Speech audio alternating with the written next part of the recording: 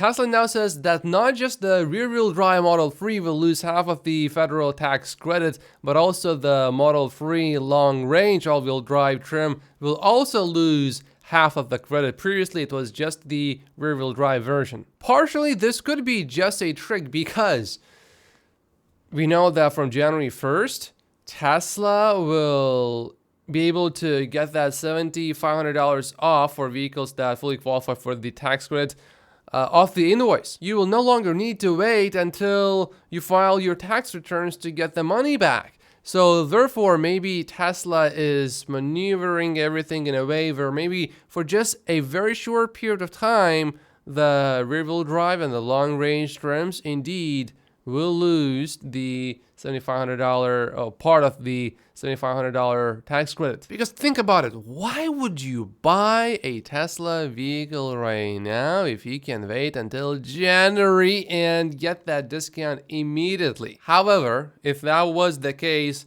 Tesla would likely do it with the Model Y as well, but we are not hearing that about the Model Y. So it's possible that Tesla is playing some games here, but I don't think it's very likely. This is good news. Tesla employee, a technician that works for Tesla, just spoke about the strike. He says the union statements about Tesla did not reflect the situation at all. If I didn't like my job, if it was as toxic as they describe, I would change this job. Employee said the technician does not support the union's demand for a collective agreement. They believe that the conditions they currently have at Tesla are good. The Tesla employee had previously been a union member for 10 years, but decided to leave shortly before the strike began in October. They said the union did not even ask the company employees to find out whether they were satisfied with their working conditions. Instead, the union simply asked for their demands to be met. Does this sound like an organization that actually cares about its union members, or does it sound more like a mafia-like organization? The union came to us several times but never asked questions about how we were doing. They only asked us to sign and turn away when they received a refusal. And now that Tesla won one of the lawsuits, which enables Tesla to still keep delivering the cars to customers basically,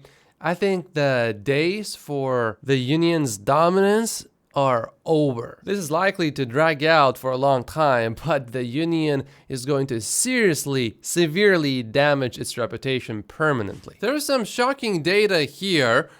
These survey participants were asked, how much do you like Toyota cars? How much do you like Honda cars? How much do you like Ford cars, Tesla cars, or Rivian cars?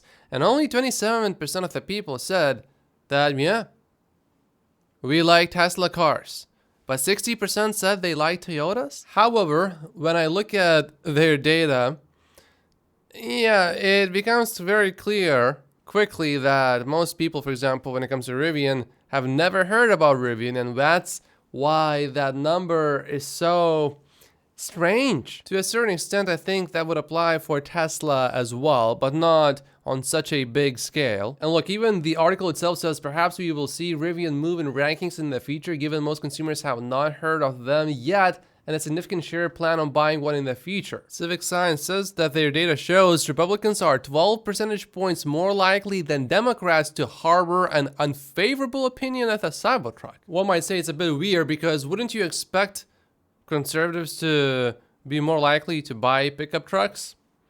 But when you really think about it, it sort of makes sense because usually people that are more conservative, they don't like big change, sudden change, and a Cybertruck, that's a big change. I think these people will come around later.